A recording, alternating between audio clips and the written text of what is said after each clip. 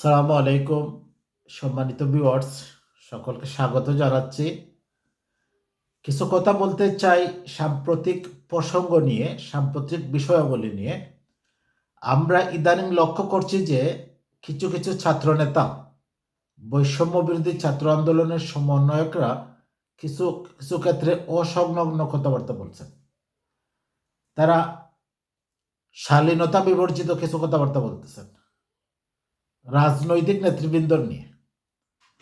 আমরা জানি বৈষম্য বিরোধী ছাত্র আন্দোলনের নেতৃত্বে আগস্ট বিপ্লব সফল হয়েছে। 2024-এর নতুন স্বাধীনতা এসেছে, কিন্তু তাই বলে বৈষম্য বিরোধী ছাত্র আন্দোলন একমাত্র স্টেক হোল্ডার বা সোলস এজেন্ট, এটা আমরা বলতে পারবো না। কারণ হচ্ছে, বিগত 17 বছর থেকে পতিত স্বৈরাচারকে বিদায় করার জন্য রাজনৈতিক দল এবং তাদের নেতৃবৃন্দ বিভিন্ন হামলা, মামলা, খুন, গুম এর শিকার হয়েছে। অন্যদিকে বৈষম্য বিরোধী ছাত্র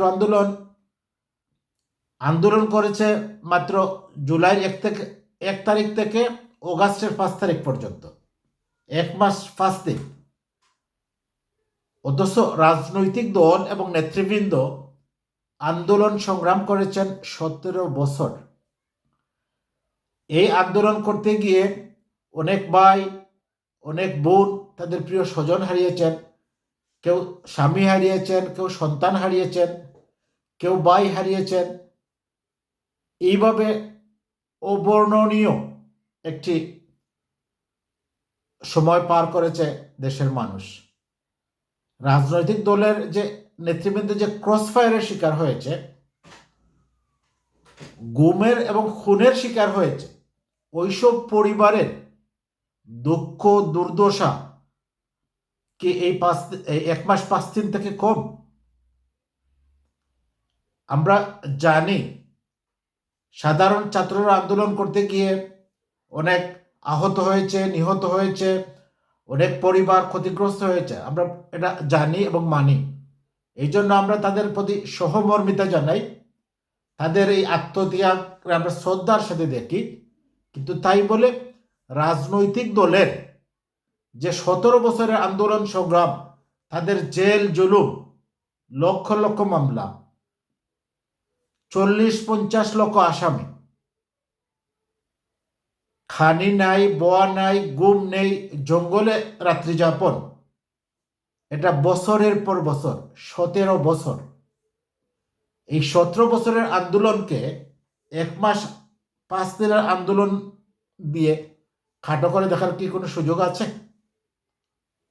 আপনাদেরকে মনে রাখা দরকার, এই 1 মাস 5 দিনের আন্দোলন যে আপনারা করেছেন, এর পিছনে মুখ্য এবং নিয়ামক শক্তি ছিল রাজনৈতিক দল এবং রাজনৈতিক দলের নেতা কর্মী। যখন পাবলিক বিশ্ববিদ্যালয় বন্ধ ঘোষণা করা হলো, তখন তো আন্দোলন স্থিমিত হয়ে গেছিল। তখন রাস্তায় নেমে পড়লো প্রাইভেট বিশ্ববিদ্যালয়ের ছাত্ররা, স্কুল কলেজের ছাত্ররা, কওমি মাদ্রাসার ছাত্ররা। তারা আন্দোলনের রসদ জোগালো, আন্দোলন কন্টিনিউ করলো।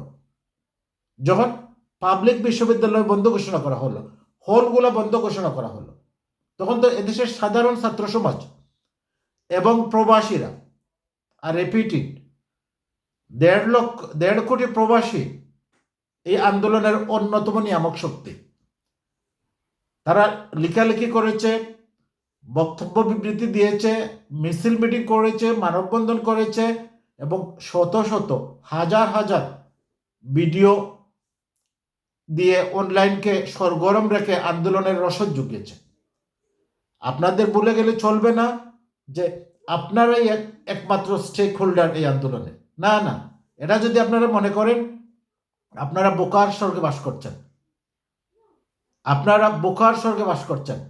কারণ হচ্ছে, রাজনৈতিক শক্তি ছাড়া, রাজনৈতিক দলের ভূমিকা ছাড়া আপনারা 24 ঘন্টা মাঠে টিকতে পারতেন না। 24 ঘন্টাও মাঠে দেখতে পারতেন না। আপনারা তো মাঠ থেকে এক পর্যায়ে চলেই গেছিলেন যখন পাবলিক বিশ্ববিদ্যালয় এবং হলগুলোকে বন্ধ ঘোষণা করা হয়েছিল। তখন এদেশের সাধারণ ছাত্র সমাজ, রাজনৈতিক দলের নেতাকর্মী রাস্তায় নেমে এসেছে। প্রত্যেকটি গলির মুখে যেভাবে সরকার দলীয় গুন্ডাপান্ডার অবস্থান নিয়েছিল, যদি রাজনৈতিক দলের নেতাকর্মী পিছন থেকে আপনাদের শক্তি না যোগাতো, আপনাদের পাহারা না দিত, তাহলে আপনারা কি মাঠে থাকতে পারতেন?